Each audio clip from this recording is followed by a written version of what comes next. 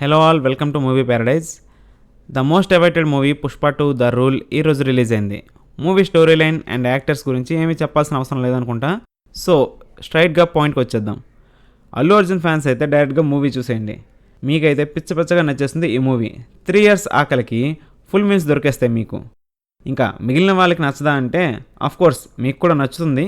But కొన్ని విషయాలు అయితే తప్పకుండా మాట్లాడుకుందాం. వాటి తర్వాత అసలు ఈ మూవీలో హైలైట్స్ ఏంటి అనేది కూడా మాట్లాడుకుందాం. పుష్ప పార్ట్ 1 ద రైజ్ చూసిన వాళ్ళకి పార్ట్ 2 ద రూల్పై బేబస్తమైన హైప్ అయితే పెంచేశారు. పార్ట్ 1ని ఈ మూవీ స్టార్టింగ్లో రివైండ్ అయితే చేయలేదు. బట్ మనం ఒక షార్ట్ కట్ వేసుకుంటే పుష్ప కూలీ నుండి సిండికేట్ హ్యాండిల్ చేసే స్టేజ్ వరకు ఎదుగుతాడు. చివరిగా జాలిరెడ్డి, మంగళం శ్రీను, దాక్షాయిని, మెయిన్లీ బన్వర్ సింగ్ షెకావత్ వీళ్ళందరితో ఫైట్ అండ్ రివెంజెస్తో ఉంటుంది అనుకున్నాం పార్ట్ 2. బట్ జాలిరెడ్డి మూవీ ఎండింగ్లో నేను ఇంకా బతికే ఉన్నాను అన్నట్టు ఒకసారి ఫేస్ చూపించాడు అంతే. ఇంకా మంగళం శ్రీను అండ్ దాక్షాయిని క్యారెక్టర్స్ అయితే పెద్దగా ఏం లేవు, జస్ట్ ఉన్నారంటే ఉన్నారు.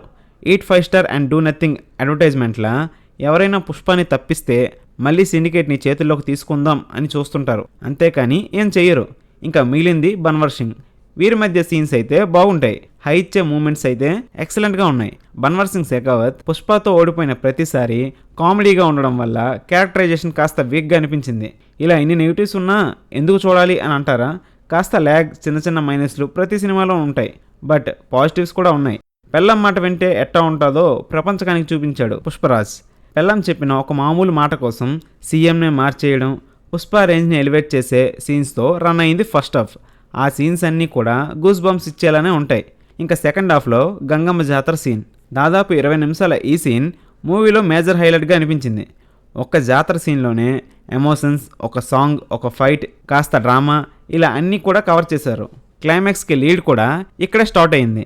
ఫైనల్గా ఈ పార్ట్ ఎండింగ్కి వచ్చేసరికి ఇంకా మిగిలిన క్వశ్చన్స్ ఏంటంటే Jalireddy, Mangalam Srinu and Dakshayani, central minister ప్రతాప్తో పాటు మరో ఇంట్రెస్టింగ్ క్యారెక్టర్ అయితే ఇంట్రడ్యూస్ అయింది.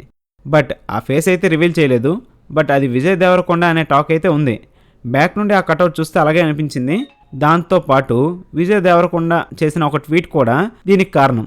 ఫస్ట్ పార్ట్ని ఎండ్ చేసినంత ఇంట్రెస్టింగ్గా అయితే ఎండ్ చేయలేదు. ఒక ఫ్యామిలీ స్టోరీ మూవీ ఎండింగ్ లాగా ఇక్కడితో కథకి శుభం కార్డు పడినట్టు ఎమోషనల్ టచ్తో ఎండ్ చేసేశారు. మరి చూడాలి పుష్ప 3 ద ర్యాంపేజ్ ఎలా ఉండబోతుందో. టెక్నికల్ టీం విషయానికి వస్తే ఈ మూవీకి పనిచేసిన ప్రతి ఒక్క టెక్నీషియన్ ద బెస్ట్ ఇచ్చారని చెప్పొచ్చు.